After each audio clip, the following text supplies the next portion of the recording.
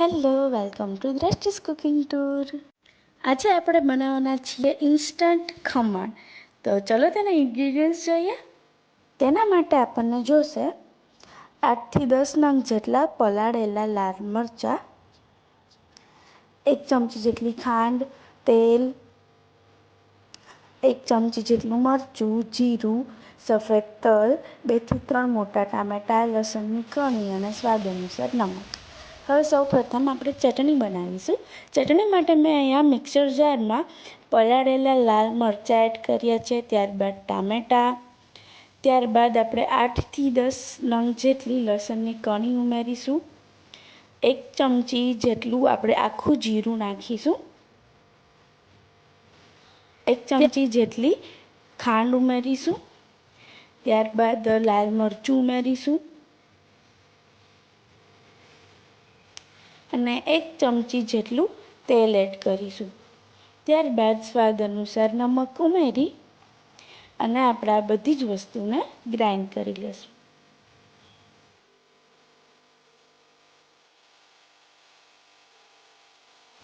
તમે જોઈ શકો છો કે આપણી ચટણી છે તે બનીને તૈયાર છે. તેનો કલર પણ એકદમ સરસ આવ્યો છે અને ટેસ્ટમાં પણ ખૂબ જ સારી લાગશે. હવે આપણે આ ચટણીનો વઘાર કરીશું. તેના માટે મેં અહીંયા એક પેનમાં 1 ટેબલસ્પૂન જેટલું તેલ લીધેલું છે અને તેલ થોડું ગરમ થાય ત્યારબાદ આપણે તેમાં 1 ચમચી જેટલા તલ ઉમેરીશું. તલનો જ્યારે વઘાર કરો ત્યારે ખૂબ જ ધ્યાન રાખવું, તલ બહુ જ ઉડે છે એટલે તમે દાજી ના જાઓ તેનું ખ્યાલ રાખો. હવે તેમાં આપણે આપણી ગ્રાઇન્ડ કરેલી ચટણી છે તે ઉમેરીશું. આ બધા જ મિશ્રણને સરસ હલાવી અને તેને થોડું પાકવા દેશું.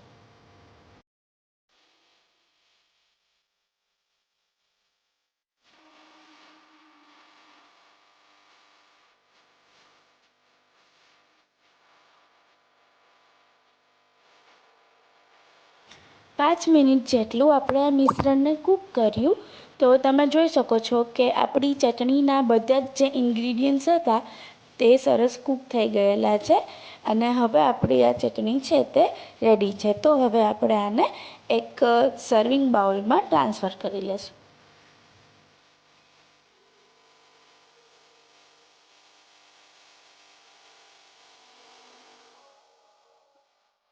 હવે આપણે ખમણ બનાવવાના છે. તેના માટે આપણને જોશે ચણાનો લોટ, તેલ, રાઈ, હળદર, લીલા મરચાં, કોથમરી, થોડી હિંગ, સફેદ તલ,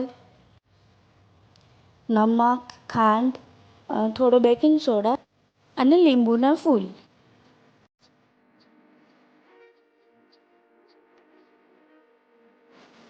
હવે આપણે એક મિક્સર જારમાં 1 ચમચી જેટલી ખાંડ ઉમેરીશું. ત્યારબાદ 1 નાની ચમચી જેટલા લીંબુના ફૂલ ઉમેરીશું. સ્વાદ અનુસાર નમક એડ કરી થોડું તેલ નાખવું અને 2થી 3 ચમચી જેટલું પાણી એડ કરી આ બધાને સરસ ગ્રાઇન્ડ કરી લેવું.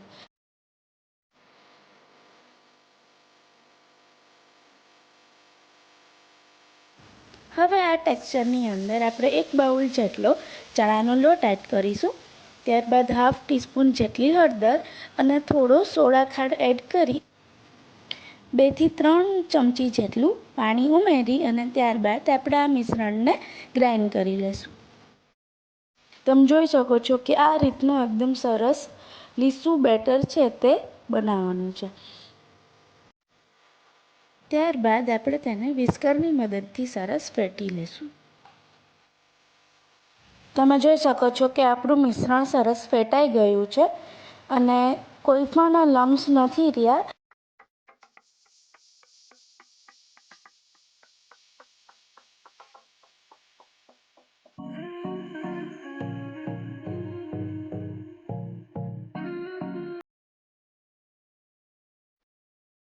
હવે આપણે ઢોકળિયાની વાટકી લઈ તેને તેલથી ગ્રીસ કરી અને આ બેટર છે તે વાટકીની અંદર ભરીશું. વાટકી થોડી ઉપરથી ખાલી રાખવાની કેમ કે આપણું આ ખમણ છે તે સરસ ફૂલશે, એટલે એને ફૂલવા માટેની થોડીક જગ્યા રાખો. આ રીતે બધી જ વાટકી ભરી લઈ તેને આપણે ઢોકળિયાની અંદર રાખીશું. મેં અહીંયા પહેલેથી જ ઢોકળિયાની અંદર પાણી રાખી અને તેને ગરમ થવા માટે મૂકી દીધેલું હતું. હવે ઢોકળિયાને ઢાંકી અને 20 મિનિટ સુધી આપણે કૂક થવા દઈશું. 20 મિનિટ બાદ તમે જોઈ શકો છો કે કેટલા સરસ આપણા ખમણ છે તે ફૂલીને બહાર જ આવી ગયા છે.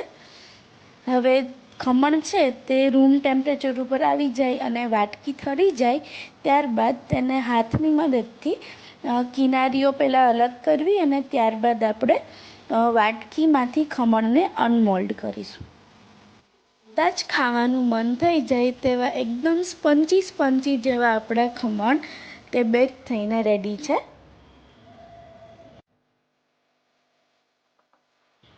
હવે આપણે આ ખમણ માટેનો વઘાર રેડી કરવાનો છે. તેના માટે મેં અહીંયા એક પેનમાં 2 ચમચી જેટલું તેલ એડ કરેલું. તેલ થોડું ગરમ થાય ત્યારબાદ આપણે તેમાં 1 ટેબલસ્પૂન જેટલી રાઈ એડ કરીશું. રાઈ તતડી જાય એટલે થોડા સફેદ તલ નાખવાના. ત્યારબાદ હિંગ અને 2 નાના તીખા લાલ મરચાં આવે તે મેં અહીંયા નાખેલા છે.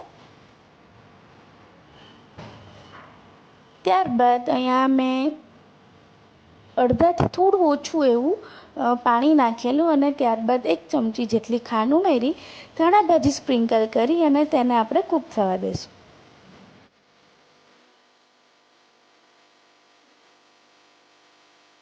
વઘાર થઈ જાય એટલે આપણે આ રીતે ખમણને 2 ભાગમાં ડિવાઈડ કરી લેવાના.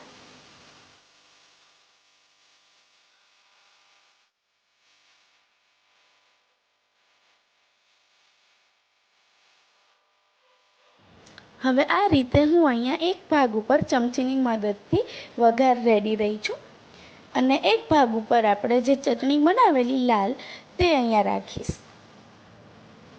આ રીતે આખા જ ખમણમાં ચમચીની મદદથી છે તે ચટણી અને ખમણ બંને આપણે રેડી કરી લઈશું. તમે જોઈ શકો છો મેં બધા જ ખમણ છે તે ચટણી અને વઘાર છે વચ્ચે ઉમેરી અને ભરી લીધેલા અને હવે ઉપરથી પણ આપણે જે વઘાર રેડી કરેલો તે ઉપર રેડીશું. ત્યારબાદ ફરીથી લાલ ચટણી છે તે આપણે ખમણની ઉપર થોડી રાખીશું અને ત્યારબાદ આપણે તેને ચટણી અને સોસની સાથે સર્વ કરીશું.